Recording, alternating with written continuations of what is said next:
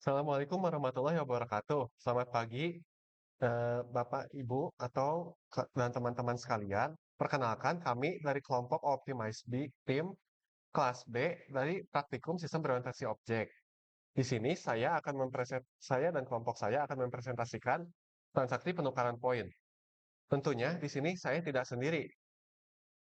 Ada saya, Chandra Harkat Raja sebagai tim leader. Ada juga Firda dan Silma sebagai sistem analis. Ada juga Fitriani Rahmandini sebagai sistem desainer. Pada kesempatan kali ini, kami akan mempresentasikan hasil kerja keras kami dalam perancangan sistem e-waste, yang secara spesifik berfokus pada modul transaksi penukaran poin. Sebelum masuk ke pembahasan teknis yang lebih dalam, izinkan saya menyoroti sedikit mengenai tujuan penyusunan dokumen ini. Dokumen ini kami buat bukan sekedar sebagai pelengkap administrasi, melainkan berfungsi sebagai panduan teknis utama atau blueprint bagi tim pengembang kami agar arah pengembangan tetap konsisten. Selain itu, dokumen ini menjadi dasar validasi yang krusial untuk memastikan bahwa setiap fitur yang kami bangun benar-benar match atau sesuai dengan kebutuhan pengguna di lapangan, sesuai dengan SRS. Next, selanjutnya mari kita bedah lingkup sistemnya. Sistem e-waste ini kami rancang berbasis website agar mudah diakses oleh siapa saja tanpa perlu instalasi rumit. Untuk metode pengembangannya, kami menerapkan model linear sekuensial atau yang sering kita kenal dengan waterfall. Pendekatan ini kami pilih untuk menjamin setiap tahapan mulai dari analisis kebutuhan hingga desain berjalan secara struktur dan sistematis. Fokus pengerjaan kelompok ini ada pada modul transaksi penukaran poin dengan target pengguna utamanya adalah masyarakat umum yang ingin berpartisipasi aktif. Lantas, apa sih sebenarnya goals atau tujuan utama dari sistem ini? Intinya ada dua, yaitu yang pertama apresiasi dan yang kedua motivasi. Kami ingin menyediakan fasilitas nyata bagi masyarakat agar jerih payah mereka dalam mengumpulkan dan memilah sampah elektronik dapat dihargai secara pantas. Poin yang mereka kumpulkan nantinya bisa secara langsung ditukar menjadi berbagai voucher menarik. Harapan kami, sistem insentif ini bisa menjadi pemacu semangat agar kebiasaan menjaga lingkungan terus tumbuh dan berkelanjutan. Nah, untuk pembedah lebih dalam mengenai kebutuhan spesifik sistem ini, rekan saya Silma akan menjelaskan secara detail. Silakan Silma. Terima kasih Chandra. Oke, mari kita lihat proses bisnisnya. Alurnya cukup mudah, dimulai dari masyarakat memilih menu penukaran, sistem akan menampilkan katalog dan sisa poin user saat ini. Setelah user memilih item, sistem akan menampilkan ringkasan agar user bisa mengecek ulang. Kalau sudah oke, user pilih metode pengiriman, konfirmasi, dan sistem akan memproses transaksi tersebut sampai muncul notifikasi. Selanjutnya, dari proses tadi, kami menurunkan kebutuhan pengguna menjadi 5 poin utama atau user requirement. Pertama, UR1 dan 2, user butuh fitur untuk memilih item dari katalog dan melihat ringkasan transaksinya sebelum deal. Yang kedua, user requirement 3, user ingin fleksibilitas, vouchernya mau dikirim kemana. Nah, bisa pilih ke email atau WhatsApp. Yang ketiga, UR04 dan 05, user butuh transparansi, harus ada menu riwayat transaksi dan notifikasi real time kalau penukarannya berhasil. Lalu dari 5 keinginan user tadi, kami turunkan menjadi spesifikasi teknis atau software requirement. Untuk UR1 tentang penukaran poin, kami turunkan menjadi tiga software requirement, yaitu SR0101, SR0102, SR0103. Untuk UR02 tentang ringkasan, menurunkan SR0201. Untuk UR03 tentang metode penerimaan menurunkan SR0301 dan SR0302. Untuk UR04 tentang histori penukaran menurunkan SR0401 dan SR0402. Dan untuk UR5 tentang notifikasi menurunkan SR0501. Selanjutnya, bagaimana kebutuhan ini digambarkan dalam use case akan dijelaskan oleh Dini. Terima kasih Silma. Baik, ini adalah use case diagram sistem kami. Terlihat ada satu aktor utama yaitu masyarakat dan 6 use case yang saling terhubung. Saya akan jelaskan alur ceritanya berdasarkan skenario. Use case yang pertama ini memilih item hadiah. Pertama, user masuk ke halaman katalog. Di sini sistem akan otomatis mengecek poin user cukup atau tidak.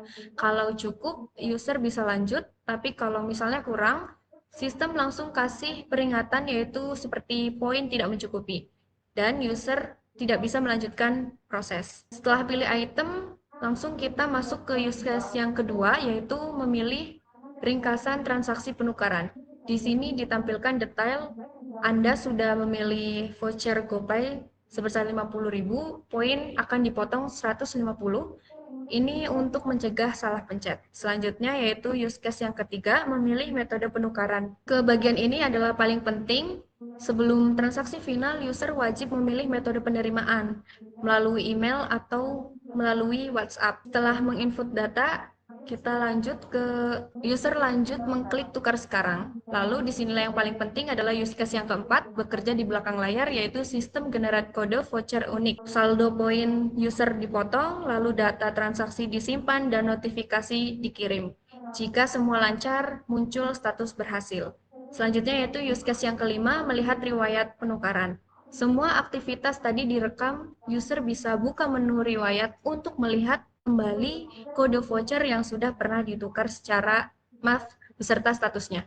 Lanjut ke use case yang keenam, yaitu menerima notifikasi penukaran berhasil. Setelah transaksi penukaran berhasil diproses oleh sistem secara otomatis membuat record notifikasi di database dengan informasi ID user, ID transaksi, pesan notifikasi, dan waktu notifikasi. Untuk detail teknis bagaimana sistem bekerja di dalamnya akan dijelaskan oleh Firda. Baik, terima kasih Dini. Sekarang kita bakal bedah sistemnya lewat sequence diagram. Kami menggunakan pendekatan boundary control entity. Saya akan bahas 3 use case utamanya. Yang pertama, memilih item hadiah. Dimulai dari user klik penukaran voucher di halaman beranda, lalu masuk ke halaman katalog untuk lihat daftar voucher, kontrol penukaran poin ambil ahli, dia minta data ke entity voucher buat load katalog. Voucher ngasih list voucher yang tersedia dengan kategori e-wallet, token listrik, dan streaming. User pilih voucher yang diinginkan, klik tukar, controller bekerja lagi, meminta detail voucher ke entity voucher, cek poin user ke entity masyarakat, hitung sisa poin setelah penukaran, validasi apakah poin cukup atau enggak. Kalau poin cukup, controller kirim data ke halaman detail hadiah buat nampilin detailnya. Kalau poin nggak cukup, sistem langsung kasih pesan error, poin Anda tidak mencukupi, dan user balik ke katalog. Selanjutnya, ada transaksi penukaran. Dimulai dari user udah isi metode pengiriman di halaman form pengiriman, lalu masuk ke halaman konfirmasi, sistem nampilin pop-up, yakin ingin menukar dengan tombol batal dan ya tukar. Kalau user klik ya tukar, proses dimulai. Controller konfirmasi transaksi nggak kerja sendiri, dia menyuruh banyak entity. Yang pertama, voucher. Controller minta detail voucher. Yang kedua, masyarakat. Controller cek saldo poin dulu. Kalau oke, controller suruh entity kurangi poin user. Yang ketiga, transaksi. Controller generate kode voucher unik 16 karakter. Controller generate ID transaksi. Controller suruh simpan semua data transaksi. Yang keempat, notifikasi. Controller suruh bikin notifikasi penukaran berhasil. Setelah semua entity bilang oke, controller lapor balik ke boundary, halaman status transaksi buat bilang sukses ke user. User lihat pesan transaksi berhasil, kode voucher dikirim ke email atau WhatsApp beserta kode voucher dan waktu expire. Kalau user klik batal, sistem langsung balik ke katalog tanpa proses apa-apa. Kemudian, selanjutnya melihat riwayat penukaran. Diawali user klik cek riwayat di halaman beranda, masuk ke halaman riwayat penukaran, kontrol riwayat penukaran langsung kerja. Entity controller minta ke entity transaksi, kasih semua transaksi si user, terus transaksi ngasih list riwayat dengan nama voucher, tanggal, poin digunakan, dan status. Halaman riwayat penukaran nampilin list riwayat ke user. Kalau user pengen lihat detail salah satu transaksi, tinggal klik detail. Controller minta lagi ke entity transaksi, kasih detail lengkap transaksi ini. Entity ngasih semua info, kode voucher, metode pengiriman, alamat tujuan, tanggal expire. Halaman detail riwayat nampilin semua detail ke user.